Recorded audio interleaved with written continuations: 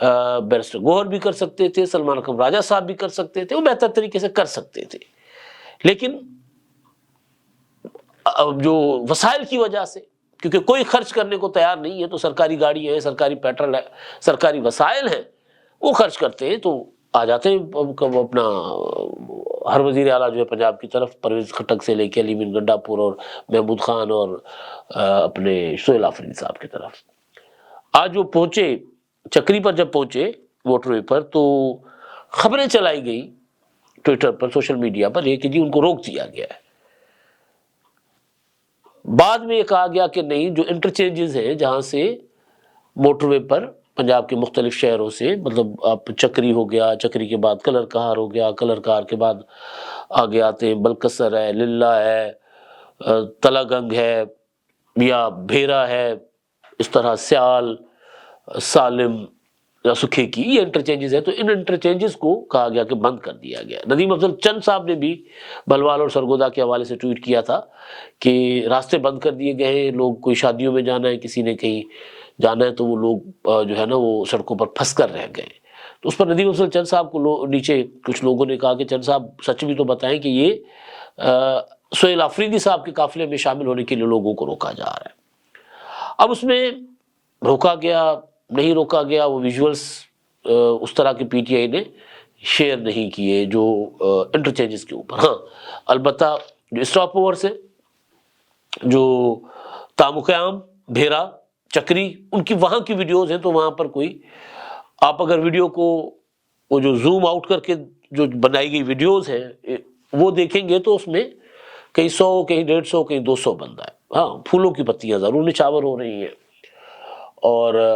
تاثر یہ دیا جا رہا ہے کہ کوئی بہت بڑا انقلاب لاہور کی طرف بڑھ رہا ہے۔ لاہور آ کر وہ انقلاب بن جائے مجھے نہیں پتا، لیکن بہرحال کوئی موٹر وے پر آنے کا مطلب یہی تھا کہ زیادہ لوگ نہیں آپ کو ملیں گے۔ وہ موٹر وے پر لوگ اس طرح جی ٹی روڈ پر ایک اچھا خاصا، میں نے کہا تھا پہلے ویڈیو میں بھی کہ جی ٹی روڈ پر اچھا خاصا یہ شو لگا سکتے تھے۔ اچھا اب اس میں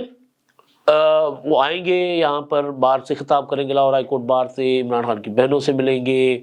نوری نیازی صاحب سے ملیں گے جو جن کو کہا گیا کہ بال نوچے گئے، اس کے علاوہ پارٹی کے لوگوں کے ساتھ یہ ان کی کافی ساری ایکٹیویٹیز انگیجمنٹس ہیں۔ لیکن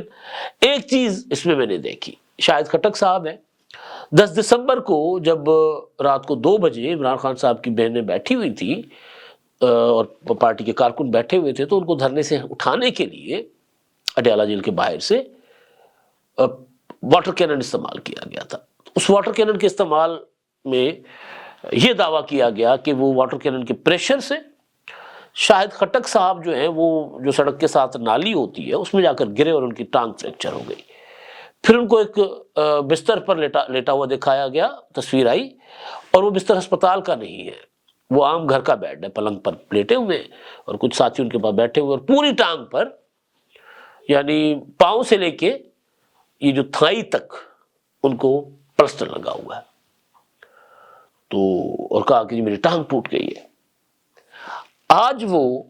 ان کی 2 ویژولز میں نے دیکھے، ایک میں چکری میں ان کے پاس ہاتھ میں اسٹک ہے، سہارے کے ساتھ چل رہے، دوسری جو بھیرا والی ہے، بھیرا انٹرچینج والی، وہاں پر ان کے ہاتھ میں اسٹک نہیں ہے۔ جو بھی ہے، لیکن اگر ٹانگ اتنی ٹوٹ گئی تھی کہ پوری کی پوری ٹانگ پر پلسٹر لگا تھا، تو وہ ٹانگ 16 دنوں میں کیسے وہ ٹھیک ہو گئی، ہڈی کیسے جڑ گئی؟ وہ میں نے بتایا نا کہ عمران خان صاحب والی اور پرویز الہی والی صاحب وہی سیم اسی طرح کا پیٹرن ہے۔ تو سارے پی ٹی آئی کے ورکر بھی آبزرو کر رہے ہوں گے کہ یار یہ کیا، مطلب لوگ انگلی بھی نہیں کٹواتے اور شہید بن جاتے ہیں۔ تو بہرحال ایک تو یہ بڑا ڈرامہ ہوا۔ اچھا اب رات جو واقعہ ہوا وہ میں آپ کو بتاؤں، احسن اقبال صاحب والا، وسیم بادامی کے پروگرام میں نے آپ کو باقی کہانی بتا دی۔ اس میں احسن اقبال صاحب کا کہنا ہے کہ وہ جب کوئی شخص آتا ہے، بند کرو کی آواز آتی ہے، ہاتھ کیمرے کے آگے بڑھتا ہے، اور اس کے بعد احسن اقبال صاحب کچھ دنوں تھوڑی دیر کے لیے پروگرام سے نکل جاتے ہیں، دوبارہ آن لائن لائیو پروگرام میں آ جاتے ہیں۔ جب دوبارہ لائیو آتے ہیں تو کچھ تصویریں لوگوں نے بنائی ہیں کہ ان کی ایک آنکھ کے اوپر دائرہ بنا کر لال کی ثابت کرنے کی کوشش کی جا رہی ہے کہ ان کو یہاں تھپڑ پڑا ہے۔ اب تحریک انصاف والے یہ ان کے جو ٹرولز ہیں وہ یہ کہہ رہے ہیں کہ جن کو اسٹیبلشمنٹ نے کٹ پڑوائی۔ اب احسن اقبال صاحب تو اتنا زیادہ کوئی میرا خیال ہے ہارڈ لائنر رہے نہیں ہے اس طرح، اور آج کل تو حکومت میں، اور حکومت تو سارا کچھ پرائیویٹائزیشن سے لے کے جو کچھ کہا جا رہا ہے وہ کر رہی ہے، تو کیوں حکومت تھپڑ اپنا اسٹیبلشمنٹ تھپڑ مارے گی یا اس طرح کا کی واقعہ ہوگا؟ احسان اقبال صاحب کہہ رہے ہیں کہ جی وہ ان کے گھر میں بچے تھے، کوئی تقریب چل رہی تھی تو بچے ان کی اسٹڈی میں آ گئے جہاں وہ بیٹھے ہوئے تھے، تو تھوڑی دیر کے لیے وہ ذرا ہو گیا، رکاوٹ آ گئی پروگرام میں، اور سب ٹھیک ہے، اور سب کو کہا انہوں نے اس پر کیا سارا مت کرے، انہوں نے ٹویٹ کر دیا احسان اقبال صاحب نے۔ لیکن بطور جرنلسٹ میں یہ سمجھتا ہوں کہ جو تحریک انصاف والے کہہ رہے ہیں وہ بھی ٹھیک نہیں ہے، جو احسان اقبال صاحب کہہ رہے ہیں اس کو ہمیں ماننا پڑے گا، لیکن صحافتی ذہن نہیں مان رہا جی، کہ وہ آواز بھاری بھرکم آواز تھی، ایک بندے کی آواز تھی، بچوں کی آواز نہیں تھی، ایک بھائی کی آواز تھی۔ تو کچھ واقعہ ہوا ہے، اب وہ کیا واقعہ ہے؟ گوہر بٹ صاحب کہہ رہے ہیں کہ جو ان کے گھر میں کزنس وغیرہ اکٹھے ہوئے تھے احسان اقبال کے بچوں کے، تو ان کے درمیان کوئی بدمزگی ہو گئی، ان کو پتہ نہیں تھا کہ اسٹڈی میں احسان اقبال صاحب یہ کر رہے ہیں، تو وہاں گھس کے وہاں یہ واقعہ ہو گیا۔ مجھے نہیں سمجھ آ رہی وہ کیا ہوا ہے، لیکن ہوا ضرور ہے کچھ، آج نہیں تو کل پتہ چل جائے گا۔ تو یہ دو ایکسٹریم ہے، یعنی یہ کہ احسان اقبال صاحب کا تو ان کا موقف ہے نا، ان کا موقف ہمیں دینا ہے، لیکن دوسری طرف جو پروپیگنڈا ہے نا وہ بکواس ہے کہ جی ان کو جا کر کوٹ پڑوائیے جی فلاں صاحب نے بھیج کر، ایسا نہیں ہوتا۔ اچھا جی، اب عالیہ نیلم صاحبہ نے جو مریم نواز صاحبہ کی حکومت نے protection of property owners act 2025 جو منظور کیا ہوا ہے، اس پہ بلکہ وہ قانون تو بن گیا، لیکن اس سے پہلے ہی ڈپٹی کمشنرز کے ذریعے مقدمات یا معاملات جو تنازعات حل کیے جا رہے تھے۔ گزشتہ سماعت کے دوران عالیہ نیلم صاحبہ نے فیصلہ کیا تھا، 18 درخواستیں تھیں، انہوں نے کہا تھا کہ درخواستیں جو ہیں وہ چلی جائیں گی، بھجوائی جائیں فل کورٹ میں۔ آج ایک اور درخواست اس پر انہوں نے سماعت کی ہے، اور اس میں انہوں نے سماعت کے دوران ریمارکس دیے ہیں۔ یہ کچھ 40 ایکڑ زمین ہے دیپال پور والی سائڈ کی، اس میں انہوں نے سماعت کرتے ہوئے انہوں نے ریمارکس دیے کہ اگر عدالتی حکم کے بعد کسی نے زمینوں پر قبضے دلوائے تو نتائج کے لیے تیار رہے۔ ظاہر ہے مریم نواز صاحبہ کے احکامات کے اوپر ہو رہا ہے سارا کچھ،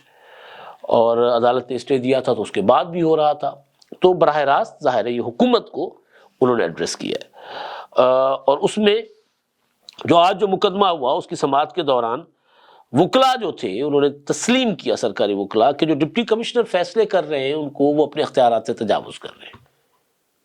انہوں نے کہا کہ چلیں جی، آپ اگر جو ڈپٹی کمشنر نے کسی کو 40 ایکڑ زمین کا قبضہ دلوا دیا تھا 27 دنوں میں، تو قبضہ مقدمہ دوبارہ شروع کر لیتے، ڈپٹی کمشنر صاحب کیس دوبارہ سن لیتے، فیصلہ کر لیتے، وکلاء نے کہا۔ تو عالیہ نیلم صاحبہ نے کہا کہ مقدمہ یہ نہیں ہے، میرا مسئلہ یہ نہیں ہے کہ ڈپٹی کمشنر نے قبضہ دلوایا یا دوبارہ دلوا دے، میں یہ نہیں کہہ رہی، میں یہ کہہ رہی ہوں کہ ڈپٹی کمشنر کے پاس اختیار ہی نہیں ہے، وہ کیسے سماعت کر سکتے ہیں، وہ عدالت نہیں ہے، اور جب اسٹے ہے تو پھر کیسے فیصلے ہو رہے ہیں۔ تو اس معاملے پر جب پہلی بار اسٹے دیا تھا عالیہ نیلم صاحبہ نے، تو چیف جسٹس جو لاہور ہائی کورٹ ہیں، تو اس میں مسلم لیگ نون یا کچھ ان کے ہمدرد لوگوں نے عالیہ نیلم صاحبہ کے خلاف کمپین شروع کر دی تھی،